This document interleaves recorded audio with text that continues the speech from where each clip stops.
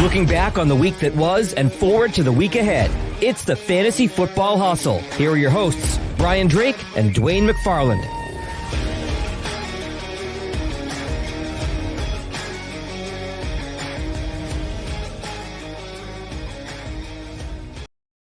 All across the fantasy universe, welcome in everybody. It's the Fantasy Football Hustle, presented as always by the good folks over at Pro Football Focus. What's going on, everybody? Welcome to draft season. Brian Drake, FightingChanceFantasy.com. You now hear me weekends on SiriusXM Fantasy Sports Radio, hosting the Pro Football Focus show. And now I've got a full-timer joining me, Dwayne McFarland of Pro Football Focus. We broke the news actually on the SiriusXM show this weekend. Dwayne is now full-time fantasy analyst at PFF. Congratulations, my man. Thanks, man. I appreciate it. I technically have one more day of doing two jobs. and then it'll be, but no, thank you. I'm excited.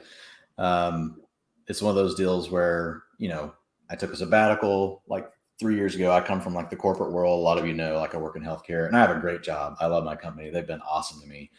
And I've been fortunate to do really well there and be in a position where I can do something like this. And so I'm excited, man. It's kind of wild just to think that I'm going to wake up every day and just think about football. It's pretty awesome. It is, man. We're so happy for you. And I know we've gotten a lot of our listeners reaching out, saying nice things. And, you're a guy in your mid-40s and you're hitting your stride and fantasy football. We've got a guest tonight who's 20 years old, still living the dream at a college in the Midwest. I'm so jealous of our guest, Jack Miller from Establish the Run. You see him at RotoViz, NBC Sports Edge. You follow him on Twitter at JackMiller02. Jack, what's going on first off in the college streets, man? Like, how much fun are you having at the University of Illinois? It's a good time. Last year, was kind of weird with COVID and whatnot, so things were kind of subdued. All my classes were online, but we're back to in person this year. If I moved my camera like 6 inches, you would see I have like everything I need for the year behind me because I move in on Saturday. But yeah, looking forward to going back. And I just want to say congrats to Dwayne for the PFF gig. That's pretty awesome. Oh, dude, thank you. I really appreciate it. And it means a lot coming from you because I love your work, man. You're one of my favorites. Thank you. I love people that make me think about things differently, just take different views, reconsider. And you do a lot of pieces like that, which is what I love. It's kind of more of the zoom out scope of thinking about roster construction, those sort of things, which we love to talk about on this show. And I think you've turned out some really great content. There's a lot of great young minds, man. And I love it because it makes everyone better. I think that's what I love about really any industry, but the fantasy community, there's such a diverse mix, right, of ages. And then now it's even getting more diverse, right, across, different ethnicities. We're getting more and more women. It's like, we're moving in the right direction as an industry. So I'm excited about it. What do your friends think? Before we're going to get into all kinds of best ball and running back talk and all this, but it's not often we get, someone who's doing this well for themselves at this young age. So what do your buddies think when you say like, yeah, I write for Establish the Run with Evan Silva, Adam Levitan. I'm on, NBC. They're paying me to write articles. Like, are they just like, nobody cares. Let's go get some natty lights. Well, most of my friends don't know what Establish the Run is. I mean, they know what NBC is, but not for like the fantasy portion of it. It's kind of funny though. Yesterday we have like this big group chat with all our friends from school, and someone texted in it, "Hey Jack, like send me a podcast you're on because I think it would be funny to listen to you be really serious about football." And so I sent them something like that. But besides that, they don't really care too much. They don't really follow football, some of them. So yeah. What about so Jack, that's my kids, So my oldest, he goes back next week, Camden. He goes to Texas Tech. He's, going to school to be an engineer. So he'll be a sophomore. And so, yeah, last year, his freshman year was kind of crazy with COVID. He plays in a fantasy league. So like, he talks to me about that, but like, otherwise, like he doesn't pay attention to it in the off season. He's kind of like, I mean, why look at it now? Like I'll look at it like, 3 days before my draft. Yeah. The one thing I do get a lot is people like, hey Jack, my draft's today. Like, can you draft my team? And I do it, and sometimes they win, and I always feel bad when they lose because I'm supposed to be the guy that like wins for them, but sometimes I don't. People are excited to actually see your face because your avatar is a cartoon. I know. I think I've done a couple podcasts with the face before, but not too many. I didn't realize that we were one of the key face reveal shows. Sweet. This is also interesting for talking about young folks in fantasy. And, as Dwayne and I are guys trying to build a brand, and we're working for PFF, everybody in their brother, and I work in the liquor industry, is trying to reach millennials and young people. And you're 20 years old. You're exactly who people are trying to reach, right? You're a smart guy. Sooner or later, you're going to have a job. You're going to have money and all this. What ways are people consuming fantasy football that are your age? Are they using Twitter? Are they using, people are still on Facebook, TikTok. Like, where do people go to find fantasy information that are in your age group? I think it depends on how into fantasy you are. Like some of my friends that are more into football, I've actually got them like on Twitter and following a lot of people that I follow. And so they get their information there. But the ones who are more likely to come up to me on draft day and be like, "Hey Jack, can you draft my team?" Those guys mostly just go to ESPN or Fantasy Pros or whatever main website. Football Focus or Pro Football Focus. It's okay. So, well, we know they can't afford Establish the Run yet, right? No. They're not old enough. But here's a good idea. Send them over to pff.com right now. Have them use promo code HUSTLE. They're going to save 25% off of the great fantasy football draft kit we've got at pff.com. And you're going to be able to check out Dwayne's rankings over there, player projections, profiles, all the lock content, cheat sheets, whatever you're going to need for your draft. It's at pff.com. Save 25%, guys. That's a lot of money. You can go buy some Busch Light Apple or whatever your young kids are drinking these days. 25% off, promo code HUSTLE. So now that we got that out of the way, I do have one more question. Yes, please. I'm sorry. Go ahead if you're going to get. Oh, yeah, I got something else for you, Dwayne. Okay. Let's get this thing going. No, I was just, Jack, like, I love your approach, like, because I think there's a lot of great stuff going on in the industry. But like of a lot of the generation that's coming up, like I just feel like you're like the kind of analysis I'm personally looking for, because you're bringing a different light from a more, I don't want to say you're not like overly serious, but like you're serious. You're digging into the data, you're crunching the numbers, you're doing all that. I think we're seeing like this new explosion of a lot of folks that are becoming popular in fantasy football that is really just more about being entertaining. And I'm not knocking that. I think there's something for everyone, right? You be you do what you do, you enjoy that. But I just love the angle that you come at it from. But I do just wonder, like, what is your thought around that? And what we're seeing in the industry now. You've been working in it long enough that we're starting to see like there's these different ways to really go after, audience. My personal thing is, hey, be true to yourself, like really follow like what it is you're passionate about, your brand.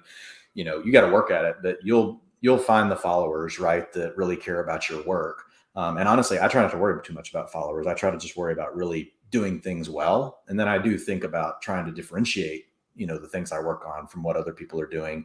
But I just wanted to get, wonder what your thoughts are on that, because we're seeing kind of this, I feel like, it's like there's almost like 2 or 3 different streams of what people are consuming. There's the true, more strategy type content. There's the real serious like player type content, but then there's also this more entertainment aspect, right? That's truly being entertainment and engaging people on these different platforms. Just didn't know if you had any thoughts on it. And, as a guy coming into it, and where you see it going. Yeah. So, I'm a stats major, so that's just kind of the kind of stuff that I'm into, where like a lot of the reason I like it is because like I like football, I like stats. So it just kind of fits nicely in that regard.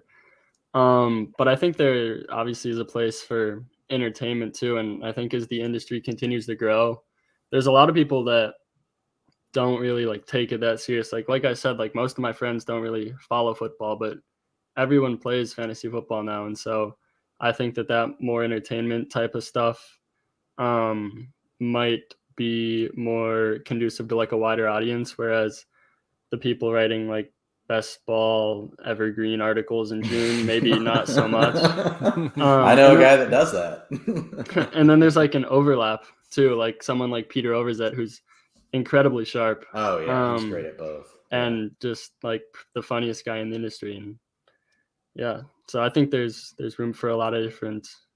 Yeah, Ian's like that too. Yeah, Ian's a great example too. He's very entertaining, very engaging, but he also has the serious, really great analysis side, to it. Really, I think all of ship chasing's like that. Yeah. Where do you see gambling and like prop bets and all that fall in with guys in your age group? Because we kind of see everybody saying like, oh, gambling, it's the next great frontier because all the states are going to start opening up for that. Are your guys in your age group talking about gambling? Are they talking about prop bets? Or is it kind of like just over their head still? So pretty much, I've gotten a lot more into betting over the last year because Court Smith over at Bet the Prop, which is a fantastic prop betting website. He brought me on to the team, and now I'm going to be doing some ETR prop betting stuff. But nice. I basically think that, so I've started to take it more serious over the last year, but pretty much everyone I know, like all of my friends, pretty much like all college aged people who are into sports are like into gambling. Like it's a really big thing. Not so much into prop bets just because it's not as well known. And most of them lose money, but most of them aren't going big time, so it doesn't really matter. But yeah, most people I know are betting like, $5-10 on Bears money line or something like that. So it's definitely a pretty big thing among younger people, I think. All right. Well, everybody wants to get into it now because it's redraft season. A lot of this steers best ball, but I think we can apply it because we're talking running backs and when we're going to draft them to our managed leagues that are out there. Everyone now is kind of in this running back dead zone mindset. That's like the new hot buzzword for 2021. And you had a really nice article about it over at ETR where you talked about running back scoring dropping off after the first 2 rounds. So there's a lot of ways we can go here, but let's first start off is if you're in a league, do you think people should draft running backs? And what kind of data have you found saying like, let's steer away from them here and draft wide receivers, tight ends, whatever, and here's why? Yeah, so I think it depends kind of on what pick you have, because if you have a top pick, if you can get Christian McCaffrey, you get Christian McCaffrey. But as you get further into the first round, it kind of becomes a sketchier proposition. And then as a result of the ADPs changing on Underdog over the last 2 months, where we've seen wide receivers just shoot up across the board, I kind of redid that Dead Zone article for NBC, and instead of splitting it by overall ADP, I split it more by positional ADP. And basically what I found was that rounds 3 through 6 over the last 6 years has not been where the running backs have started to fall off in favor of the wide receivers. It's more been just wherever the low end RB1 start. And this year, the top 15 running backs are going a lot higher than they did in previous years. So I've kind of started to draft where the dead zone starts in the second round almost, because there are fewer running backs going in the dead zone this year, but a lot of that is that they're being pushed up rather than down. At least at some point, there's 15 running backs in the top 24 of ADP, and then running backs are very sparse for the next 40 picks. And then it kind of gets back into the normal swing of things. So that was kind of how I was approaching it, where the RB dead zone is more a thing that starts at RB 10 rather than overall pick 25. But I also think it's an interesting discussion this year. And you guys can tell me if you agree with this, but I think that it's McCaffrey, it's Dalvin Cook. And then I think RB 3 through 15 are flatter than they've been in previous years. And so that's kind of, I think, the thing you have to wrestle with personally and just decide if it's worth going RB at 103 or 104, or if you should really just embrace the wide receivers there because of that. Or there's always the Kelsey option, right? Once you get to 4 or 5. I mean, some people take him at 3. But Yeah, no, I think it's a really good point. The question, that I have, and I want to dig even deeper into it, now that I'm going to have more time, and we'll look to have you back on next summer and talk more about this stuff, like even earlier, like in the summer. But how do you account for really context, right? So for example, I remember 6 years ago, the big thing really was, there aren't any running backs worth drafting in the first round. And that was true, right? Because Ezekiel Elliott hadn't been drafted. Todd Gurley had just been drafted. Like all we had was David Johnson, and all of our data, like at this macro level, said you should absolutely take receivers like in the first like 2 or 3 rounds.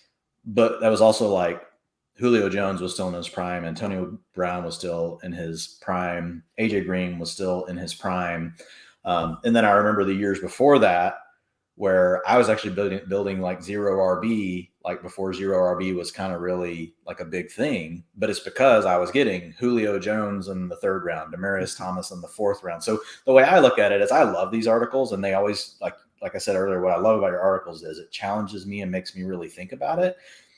But where I start to like wonder, like, what's the context, right? Because these things change over time, and it all depends on talent and how deep some of these positions are at talent, which changes over time. You have more good players at certain positions at different times, like over a 10-year span. It may average out like a lot of seasons, but there's definitely years where I've gone into a season knowing that, man, I'm going to build a ton of zero RB teams because I'm looking at the talent and the way this stuff all stacks out. But it's more about, where these players were in their career arcs and everything, versus this is more of kind of like this overall, here's how you should approach it. And I do like the way you put it. I do believe it is flatter than it has been basically from RB. And it depends on how people feel about Kamara, really. If you include him in the first 3, or if you put him, outside of it, and if you count him, it just really depends on what you think about Kamara. But let's say you think Kamara is more equal to a guy like Aaron Jones, which I think you and I probably agree on, then yeah, it's basically after the first 2, it is really flat. But just would love to get your feedback. Like I know with some of the data you've used, I don't know how far you've been able to go back. Like Underdog, we only, have 2 years now. But I know you've looked at some other formats. How do you account for that thing? Because again, like when I think of Dead Zone last year, we totally told everybody on our show to avoid running backs around 4 through 7, but a lot of it was because I was looking at the backs that were there. And the guys we were telling people to take shots on were like, hey, if Akers falls into the mid-5th, take him. Don't take him in the 4th. If Jonathan Taylor falls to you in the 4th, take him. You don't have to reach for him in the 3rd. If DeAndre Swift falls to you in the 6th, take him, but you don't have to take him, in the 5th. But all the rest of the guys were basically guys we wanted to avoid. We didn't want Gurley. We didn't want Melvin Gordon. We didn't want Leonard Fournette. I mean, we didn't want Le'Veon Bell. Like there was a specific group that made up for a really bad dead zone. So I know that's a long question. There's a lot of things I threw at you there, but just want to get your thoughts on like, how do you take that context into account? What are your thoughts on that? Do you think this is a thing that evolves over time? All that kind of stuff. Yeah, I definitely think it evolves over time. And I think that's where you have to combine like the overarching research from I've done last 6 years, and it was Best Ball 10's data, just because that's what RotoViz has. And so I think that's where you look at that, and then you have to apply it to this year. And that's where I think the whole idea of RB 3 or 4 or whatever to 15 being flat. And so you can see this research saying that low end RB1s through mid RB3s have been bad in the past. But this year seems a little different because if you're projecting the players outside of McCaffrey and Cook, it's really hard to find that much of a difference. And you can make a really good case for Eckler or Mixon or Gibson or whoever you want to finish as a top 5 running back. And so that's where you just have to take the data from X years and then apply it to the current year and then look at, this year under a microscope and adjust based on that. And so that's why personally what I've been doing, I said that my original take when I did that NBC article was to just maybe go wide receivers earlier. But what I've basically been doing is, and we'll get into this in a minute, I'm sure, with the whole RB start thing and the risk you're taking on. But I still have been drafting those running backs in the late 1st, early 2nd, because in this year specifically, I think It's more of a flat tier. And it's just deeper. Like there's more talent right now. Mm-hmm. I mean, in the past, like when I go back and look like so if we think last year, like at the end of the first round, like if you took Miles Sanders or Kenyon Drake, that hurts you. If you took Josh Jacobs, that hurts you. We actually told folks, hey, if you're going to take one, like take Sanders until Sanders got hurt. Then we moved him down some, but we felt that Sanders or Drake could at least have a role in the passing game. They were still young backs. So if you were going to take a pick there, even though we like Josh Jacobs' talent more, we told people avoid Jacobs, avoid Mixon, because we just felt they had really good receiving backs, on their team, or they had coaches that really wanted it. We knew just there was too much of a risk, right, of them not being used at all in the passing game. Whereas this year, I don't feel like that question hits until like more like the mid-second, right, which is what's pushing Nick Chubb down. I think Jonathan Taylor has that question, but people love to bet on his talent, so I don't really argue with that. I mean, I wasn't taking Jonathan Taylor at round 1, pick 5 when he was making it to the turn. I was happy to take Jonathan Taylor, but I just think it's just we know Najee Harris is probably going to have a full load. Antonio Gibson, even if he doesn't get the passing down work, like he was on pace towards the end of last year to handle 65 to 70% of the rushing attempts. So it's like you kind of have a nice floor already built in. And if for some reason he does take over the passing work, it's like, holy crap, like you have an upside of a Christian McCaffrey.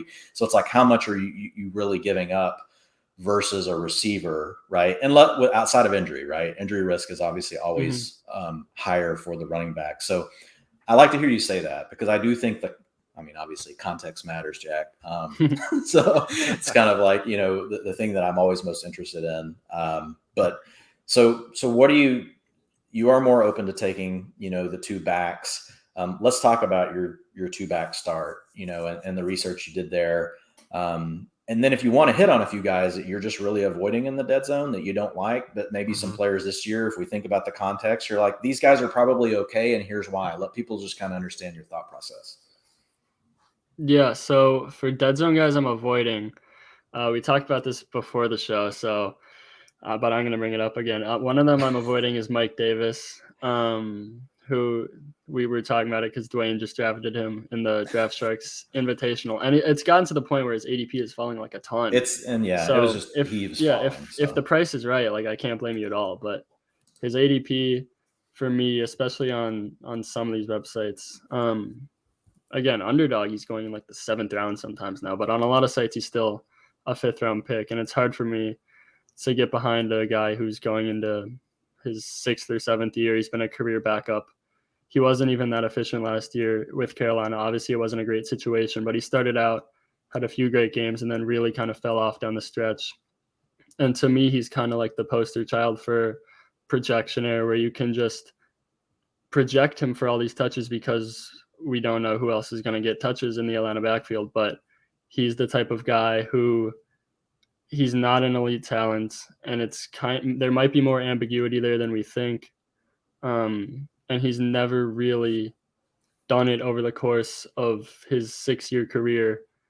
And I did an article for NBC showing these guys who are late into their careers, like Davis is, and who suddenly get an opportunity and break out. And you're looking at guys like Raheem Mostert, who got hurt, so maybe that's not his fault, but Alex Collins, Drake was actually on that list from a couple years ago, and his ADP is kind of pinballed up and down, but it's not a great list to be on. And so I haven't been much on Davis. Jacobs is another one. And a lot of it for you is opportunity cost, right? Because of the receivers that you're taking there, you just feel much more comfortable with. Oh, absolutely. Yeah. Like Henderson, I think, is a good option actually in the dead zone, but it's so hard for me to pass. I have Henderson a tier above. So I have Swift, Henderson, basically, and they're kind of like a mini tier above, like the Mike Davis, Josh Jacobs. I even have J.K. Dobbins down in that tier below. I love Dobbins' talent, but it's more of a, I got to split carries with like 3 people kind of thing. Yeah, it's just so hard to pass on the receivers. And let's look at the ADP that's right there. I've got it pulled up. So let's say that you wanted to take DeAndre Swift, who has I got the FFPC best ball pulled up right here. He's going at 31. He's running back 17. Right around him, if you don't take DeAndre Swift, you're looking at Terry McLaurin, you're looking at Allen Robinson, and a little later you can go Robert Woods. If you wait another by ADP, like 11, 12 picks down to Darrell Henderson, that now you're fighting off Cooper Kupp, Mike Evans, Chris Godwin. So maybe there's a little value there if you want to wait and pick up Darrell Henderson. And I've had Henderson falling, like on Underdog, you get Henderson in the 5th, like a lot. Like he's starting to creep up a little bit now. But yeah, Henderson's been like a way I've been starting with an anchor back, then going with the receivers or grabbing Darren Waller in the 2nd round and then hitting the receivers and then coming back and grabbing Henderson, as my RB2 in the 5th, and then just pounding receiver again and playing value, and seeing what happens there. I typically don't take a quarterback in those builds, like in those rounds. I'm like going to wait for a different quarterback. Yeah, Henderson and then Travis Etienne and sometimes Swift too, but those are the 2 guys I've been going against the dead zone for.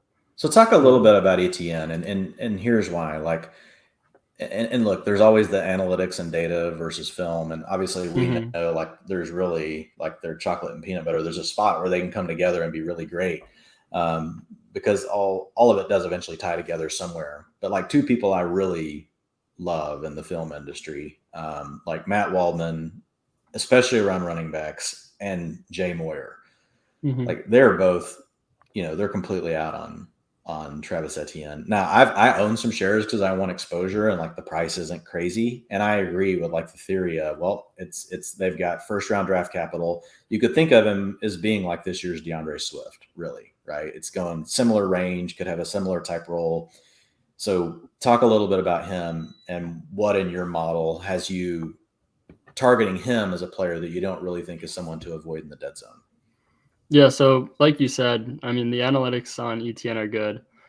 And then I have seen the film concerns, but Jack, there's a lot of reports out of camp saying that they're using him all over the field. I assume he's going to catch a lot of passes. He has big playability. He had a lot of big plays at Clemson. That's something that RotoViz uses a lot, is something called breakaway rush score.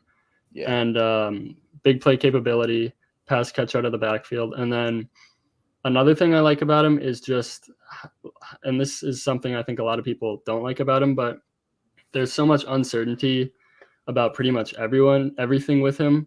We don't know how much James Robinson is going to get. We don't know even what role he's going to play. He's a rookie. That adds some uncertainty in itself. But projections have him right around where he's going. And so I think the median outcome per projections is at his ADP. And then because of the uncertainty, there's kind of a wider range of outcomes. So from that perspective, I like him as an upside play. And I still kind of struggle. Like, I think everyone knows that upside is what we want to chase with running backs and wide receivers in every position. We want to chase upside in fantasy, but it's really hard to define. And so that's why I kind of don't like when everyone harps on upside. They say target upside without really saying like who has. Well, you know me, like Jack. Like this is my big thing I'm harping on now, because I do agree. Like, I mean, I've built a lot of really great like fantasy rosters that I've loved over the years. Some have won me a ton of money, and there's always upside on them. But it's not like it's not as simple as you just go in and draft every young player, right? Oh, absolutely. Think about it. Every league in America has 1 or 2 people that are in that's their strategy for the draft, and that's been going on for forever, right? So I mean, it's not as simple as that. So I agree with you that it's kind of hard to define what upside is. It's funny, as I was talking with Austin Gale at PFF, and we were talking about like some bigger ideas, like long-term where I want to go. And I told him, I was like, if I could do anything, it would be like, what's the anatomy of upside? Like, that's the article I want to do. That's what I want to dig into and really like focus on in the off season. And maybe it's something we can chat about more, because you probably have some good ideas about it. But so you like ETN. You mentioned that you like Swift, you like Henderson. Is that pretty much it for the dead zone? Like, because I know there's a lot of folks that will ask about Myles Sanders. I personally am a believer that like Josh Jacobs at this point, it's like it's okay, it's gone far enough. Like if you can draft him in the 6th or 7th round, it's funny because we were off Josh Jacobs last year, but it's just because of his price, not the player. But he's still a talented player, has 1st round draft capital. Yeah, he's not going to we know Kenyon Drake's going to get the receiving work, but like when he falls to the 6th or 7th round, I mean, I still look at what if happens at that point. I started thinking, well, what if Kenyon Drake gets hurt? It's not like he's been exactly healthy. Josh Jacobs, I mean, if he's going that late, like, are you still just totally against him? Or like, what's your line of demarcation for telling someone, okay, you're now allowed to draft Josh Jacobs? I need you to tell me, because I need to know when I'm allowed to do it, Jack. I auto-picked Josh Jacobs in an underdog. Oh, look at draft you. Good job, man. A couple days ago. And at first I was like, oh, like I drafted Josh Jacobs. Like I hope no one sees this. But then the more I thought about it, I was like it was pick 72 overall. And I was like he's probably worth it at that price. So I definitely understand the bull case for Jacobs as he falls. I've built several teams just because people are so down on him, just making him my RB2, going with an anchor, filling out everything, and just letting him slide to me, in that 7th round. But it's just what you just said. Like these guys like Davis, Jacobs, I mean, how far they're getting pushed down, like you could literally take an anchor back, make 5 more picks, and still land one of those players like as your RB2, and have a really good roster, and then hit on a couple of other running backs. And I mean, RB2 is honestly your least of your concern if you build your roster that way, like, because you're leaning into everything else that's your strength. And like, if Jacobs did go, I just think it would be pretty funny, like, because how much everybody hates him. It's like something that takes down the underdog is like somebody with Josh Jacobs as their RB2. Yeah, that would actually be kind of funny. But I hope it doesn't happen. So what about Sanders, Montgomery, these other guys? Any thoughts on them? Yes, so Scott is reportedly getting a lot of work, Boston Scott, at Eagles training camp. And then Kenny Gainwell, still maybe some Naheem Hines type upside there. So I'm not drafting Sanders too much. Montgomery was someone I felt similarly to Jacobs, where I'm just not drafting him. But with the Tariq Cohen news, I mean, I've been drafting Damian Williams more after the Tariq Cohen news, but I think there is a path where David Montgomery does something similar to what he did last year. And so it's still hard for me to pick him over the wide receivers, but I'm not like I'm open to David Montgomery now where he's going with the Cohen news. How about a guy in our chat room? We appreciate all our listeners and viewers on YouTube. They really want to know about Myles Gaskin. And Myles Gaskin is a guy who currently is going off the board. He's like running back 24. He's around a 4th, 5th round pick. So he's kind of near the end of that tier of like kind of good starting running backs. Only really played about 10 games, got some good receiving work, caught, I believe, 41 of 47 passes last year, but he had a really tough time around the goal line. Not a great goal line back.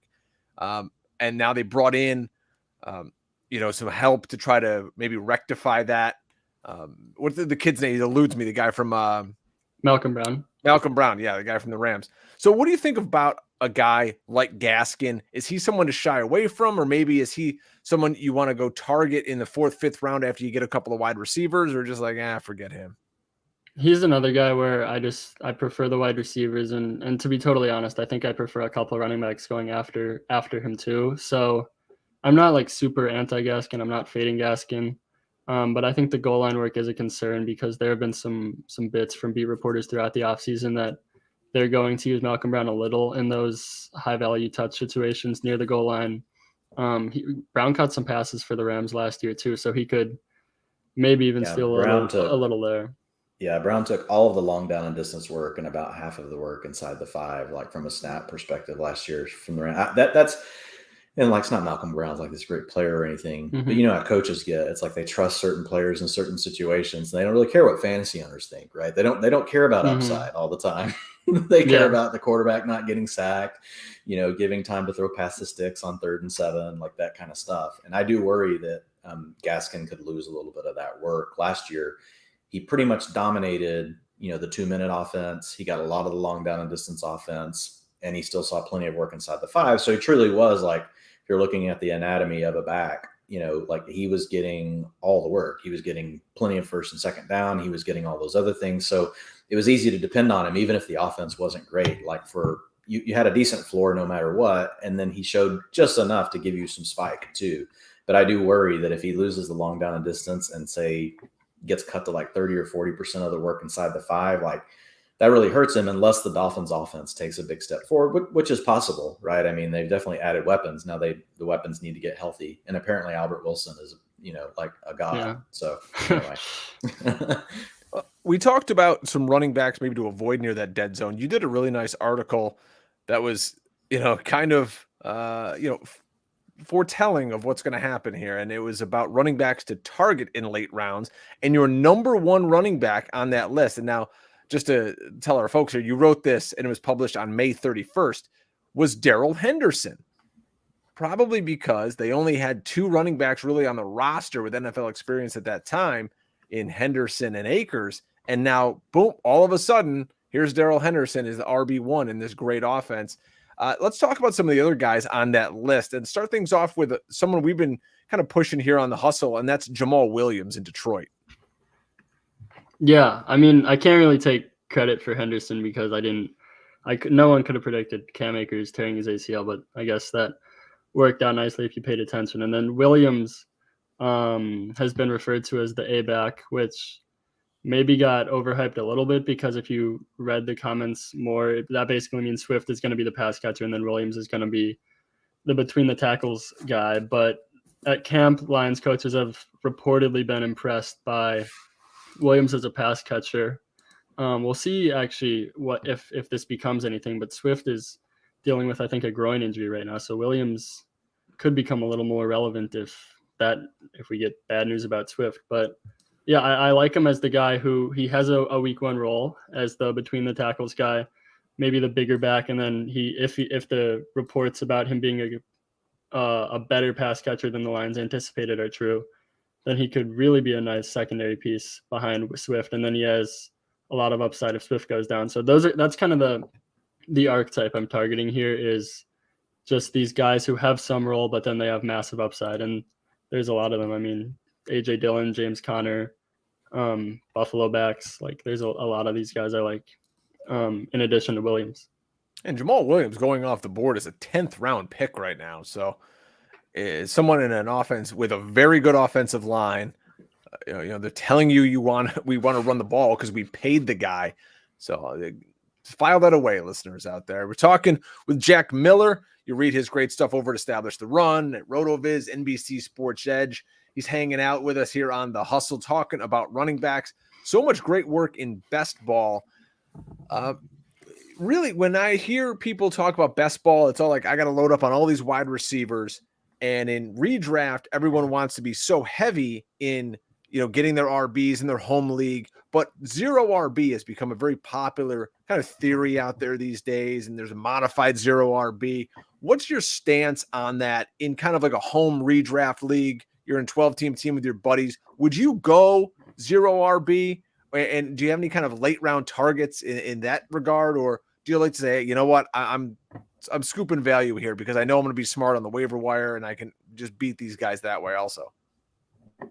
I would definitely consider myself pro zero RB, although it depends on your format, because if you're playing in a league where you start two wide receivers, it's half PPR or it's standard, that becomes a lot less viable. But if you're in these best ball type leagues, but just in managed format where you can start three wide receivers, maybe they're PPR, then zero RB becomes a lot more viable, where you can just find RB production throughout the season as a result of the fragility of the position.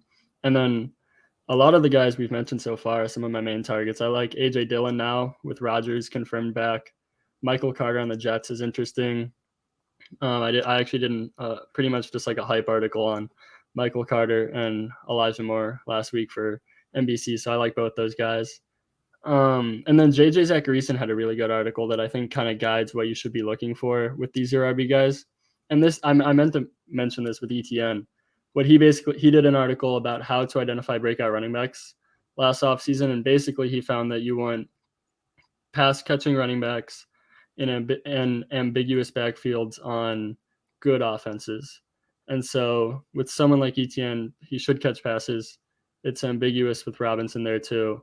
It remains to be seen how good the Jaguars offense is this year, but definitely should take a step forward. So those are the criteria I'm kind of looking for with these zero RB guys, as well as guys who stand to gain from chaos, kind of that anti-fragile concept. So like if like James Conner, if Edmonds goes down, he becomes a top 15 running back, or so guys in that archetype. Yeah. So embracing the uncertainty. But what I like, is starting with knowing that they're going to be on the field in pass catching situations, or that they're at least good at doing that, because that is like one of the areas like that coaches are like the most weird about who gets to be on the field, like in those situations. So I know that's something that I'm always watching, like with training camp stuff. Like I pay hyper attention to like who's out there in the 2-minute offense, all that kind of stuff. And that's something that excited me about DeAndre Swift last year, even though he was in a situation where he was sharing, they were putting him out there in long down and distance. They were putting him out there in the 2-minute offense, which meant he had already gained their trust in the situation that's really the hardest for a young runner to really, for a young running back to gain their coach's trust.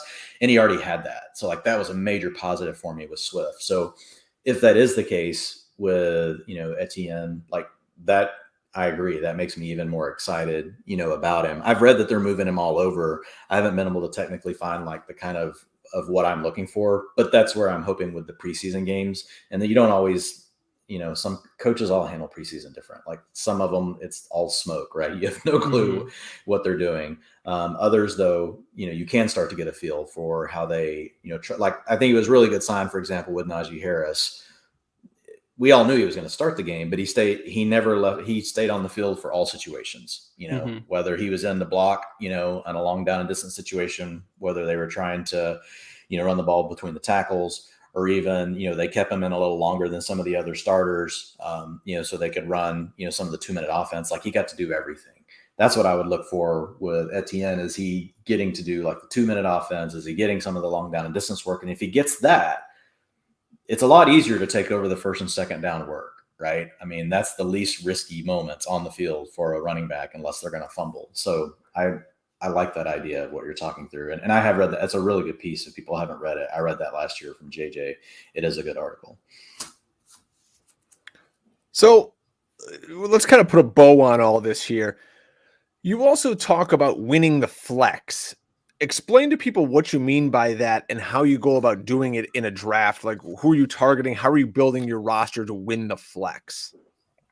So winning the flex, basically, it's kind of, the name kind of explains itself. It's just you want to have more production in the flex than your opponents. And a lot of times how making that actionable, how we do that is kind of loading up on wide receivers early, because in half PPR still, and especially in PPR, wide receivers score a lot more. I can't pull it up right now in podcast form, but there's this graph I made earlier this offseason that shows running back scoring running back and wide receivers scoring by ADP.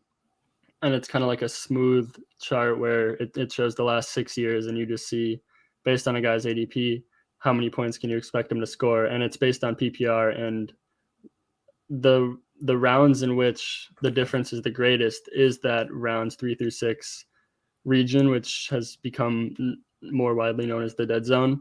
And so when we talk about winning the flex, that's a big part of it too, is that you can just load up on wide receivers there. And in doing so, you are maximizing wide receiver production and maximizing flex production while minimizing opportunity cost, because you're taking each position when you're getting the production when it's cheapest, basically. And so that's part of the idea behind winning the flex. That's really how you make it actionable, is just to take wide receivers earlier, because they're the higher scoring position of the two. So we have a couple of questions. So Shirley's asking Jack in the chat. She says, for a 10 to 12 person standard, non-PPR, she's asking, isn't it better to go with a hyper fragile RB approach? I think in standard, you kind of have to go with a more RB heavy approach. And yeah, the scoring differential just like it piles up like really quick. What about half point PPR? Does that change anything? It does. I think you're still go ahead, Jack. Sorry. That's the thing where I don't have that. We had draft 4 years ago, but I don't have data for that. So I can't actually answer that question with specific numbers. But I think half PPR versus standard is definitely a big difference, but it's also a big difference between half PPR and full PPR. Full. And so in half PPR, I think it's more defensible to start in the first 2 rounds with a couple of RBs. And Hayden Winks had a really good article on this where he actually used underdog data from last year. And he found that an RB start did score more points. And then I had an article where I don't really know how to answer this question, because I think RB starts raise your upside, which is what we want. But I also found that if you look at the distribution of like structural win rates, RB heavier starts can score more points but win at a lower rate because they increase the range of outcomes, because RBs bust a lot more, but they also smash a lot more.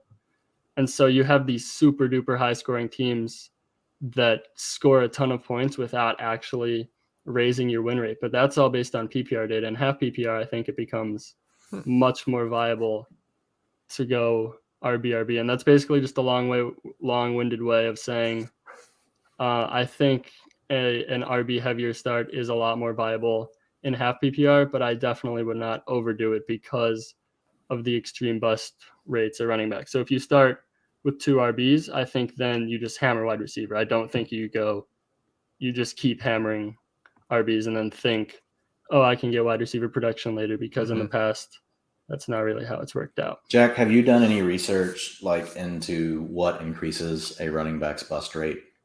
Because, I mean, obviously when we're having this kind of conversation, smash upside is half of the equation, but the other equation is understanding how these bust rates occur, like they're equally important. If you're thinking about how you're considering your player pool and who you may disqualify from as being players that you would take, over a receiver, right, at running back. I haven't done that, but I want to. And there's something you haven't done yet, man. I have 20. I have notes. You don't need to sleep. I have a list of notes, and that's on it, as well as like which of these early round running backs have this smash upside, and it's something I haven't gotten to yet. But anecdotally, I mean, I'm curious to hear what you think too. But maybe older guys would carry more risk that maybe isn't accounted for in the market, as well as maybe these 2 down workloads that don't present the pass catching ceiling. Like someone like Derrick Henry last year was awesome, but he had 2,000 yards, 5.3, 5.4 yards per carry, more than a touchdown per game. And he was still like 5 points behind Kamara. So if you look at like if he doesn't have an absolute ceiling outcome, efficiency wise, which maybe he's just a massive outlier efficiency and volume wise, but I don't think you can expect that kind of performance again from Derrick Henry, where he has 2,000 yards and 17 touchdowns. So maybe he poses more risk than his ADP would indicate. But I want to hear what you guys think too, because I haven't actually looked at this. So yeah, and I looked at it like 6 or 7 years ago. Actually back, like I did some stuff with RotoViz like way back in the day. But I haven't looked at it recently.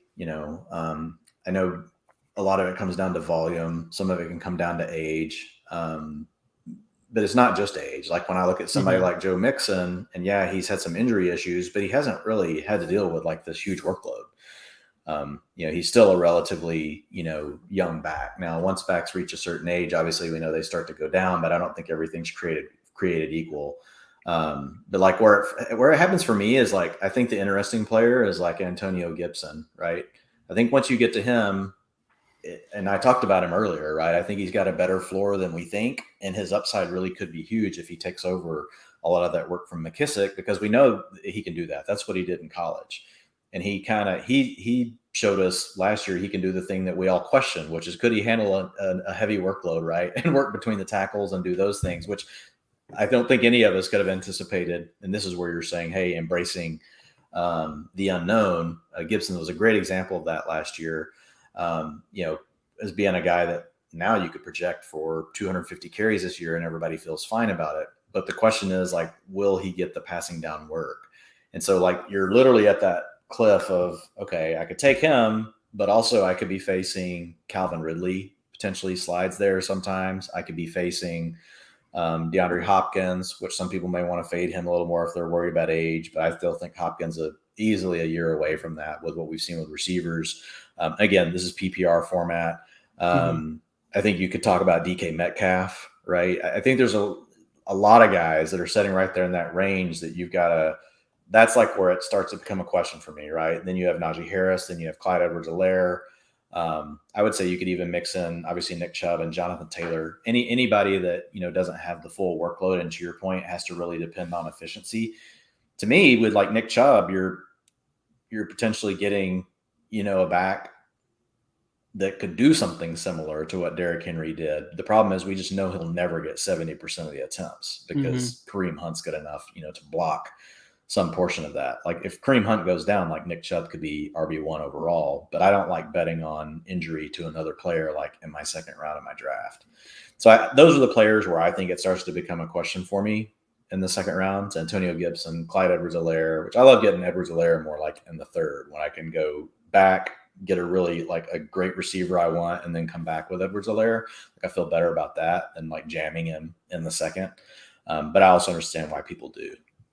Yeah, Gibson's another guy I've struggled with because I do think that he has like literally McCaffrey like upside if they give him the full complement of passing down work. Like if they give him anywhere near what McKissick had last year, he's going to destroy.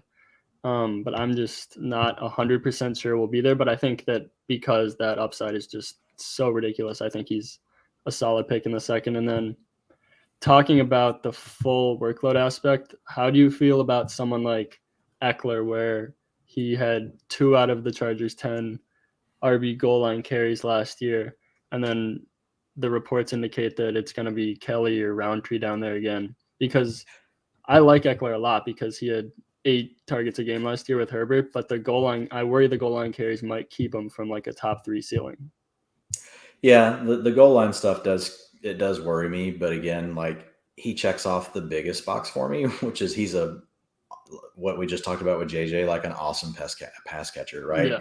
We know they're going to use the wide zone on the ground, but they're going to use really more the Saints passing offense. It's been a long day. I've been talking. It's an expansion team. Yeah, the Paints.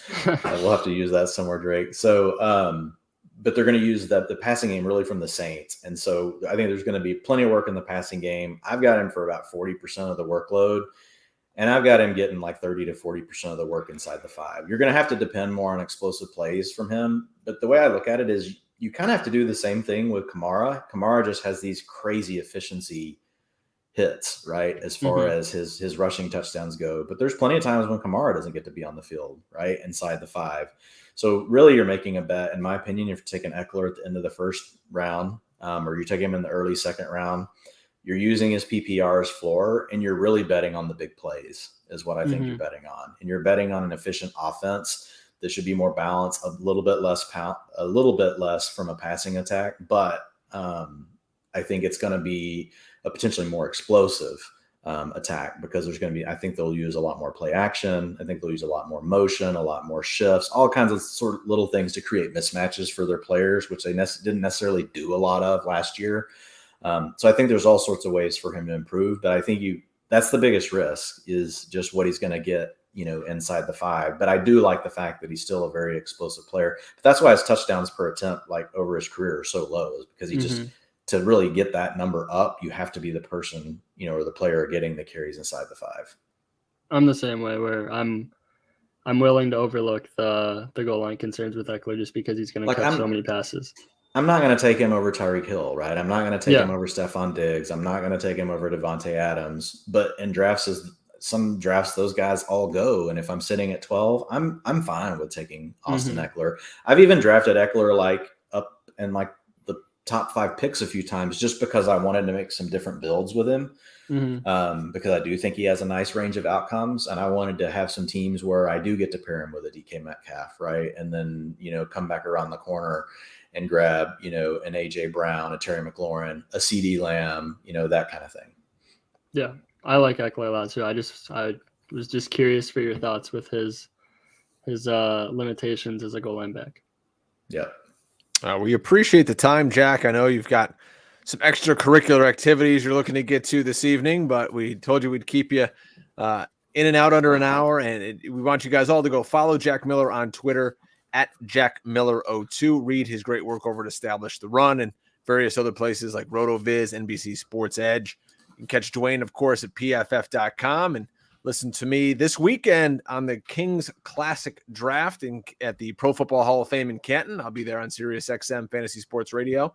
So check that out. Jack, thanks so much, buddy. We appreciate you stopping by. Yeah, thanks for having me on. Have fun at the expo. I got to make it down there one of these years, I guess. Yeah, for sure, man. We'd love to see. We got to get Dwayne's ass up there, too. No, I'll bring my son, and he and Jack can hang out. There we go. All right, folks. Thanks for stopping by. If you can, go over to YouTube. Check out the YouTube exclusive we did of the Draft Sharks Invitational, breaking down Dwayne's draft, round-by-round selections there. It's good stuff. Just search Fantasy Football Hustle. And, leave a comment or something for us. We appreciate it. Otherwise, folks, remember to never get out hustled. We'll see you later.